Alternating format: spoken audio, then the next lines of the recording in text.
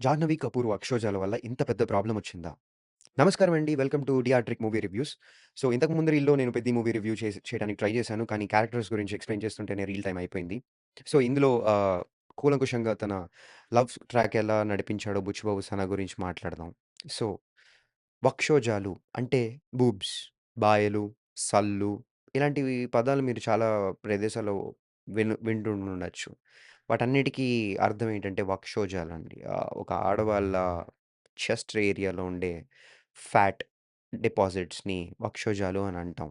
ఆది నుంచి మగవాళ్ళకి కానీ, ఆడవాళ్ళకి కానీ అదంటే ఇష్టం, వ్యామోహం, పిచ్చి, ప్రేమ. సో, ఇప్పుడు అవెందుకు అంత ప్రాబ్లమ్ అయినియి అంటే 'జాహ్నవి కపూర్' అని చెప్పంగానే మనకు గుర్తొచ్చేది ఆవిడ పెద్ద పెద్ద కళ్ళు, పెద్ద పెద్ద వక్షోజాలు. దీని గురించి ఎవరు అడ్మిట్ చేయరండి. ఎందుకంటే చాలా తక్కువ మంది అడ్మిట్ చేస్తారు. ఎందుకంటే అదొక పెద్ద టాబూలా చూస్తారు. ఎందుకు 'జాహ్నవి కపూర్' కళ్ళెలా నచ్చినాయని చెప్తున్నానో ఆవిడ వక్షోజాలు కూడా నాకు ఇష్టం.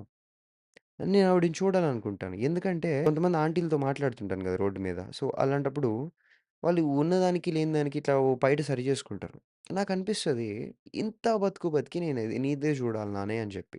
సో, అలాంటి వాళ్ళకి బుద్ధి చెప్పడానికి ఇలాంటి ట్రెండ్ సెట్టర్స్ గానీ, సో, ఆవిడవి చూస్తే ఎంత పర్ఫెక్ట్‌గా ప్లమ్‌గా ఒక పాప్ అవుతూ, ఆ కర్వ్ గానీ, వావ్! అవి చూస్తే ఏ అబ్బాయికన్నా అరే! అమ్మాయంటే ఇలా కదరా ఉండాల్సింది. అండ్ అమ్మాయిలకి అబ్బా! అమ్మాయి ఎలా ఉంటుంది కాబట్టి మనం గూడా ఇలానే ఉందాం.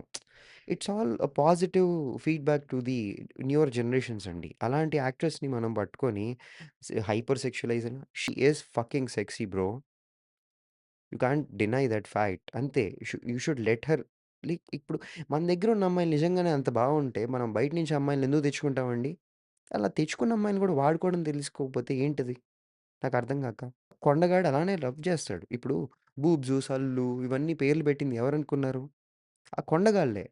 అదే పద్ధతిగా వక్షోజాలు అని చెప్పడానికి ఎందుకంత భయం మనం ఎక్కడైనా విన్నారా ఈ పదాన్ని? లేదు. అందరికి ఆ కొండగాళ్ళ లాంగ్వేజ్ ఎందుకొస్తుందంటే అందరూ ఆ కొండగాళ్ళలానే తయారవుతున్నారు. ఆ కొండగాళ్ళు అంటే ఏంటంటే గిరిజనులు, దళితులు వీళ్ళకేంటంటే నాగరికతకి చాలా దూరంగా బతికి పద్ధతులు, ఆచారాలు వాటిల్లకి పెద్ద పట్టింపులుండవనమాట. వాళ్ళు దేవుడి బిడ్డలు ఎట్లా పడితే అలా పుట్టేస్తారు. ఎలా ఏది పడితే అది చేస్తారు. వాళ్ళకి వాళ్ళ రైట్స్ ప్రొటెక్టెడ్ అండి.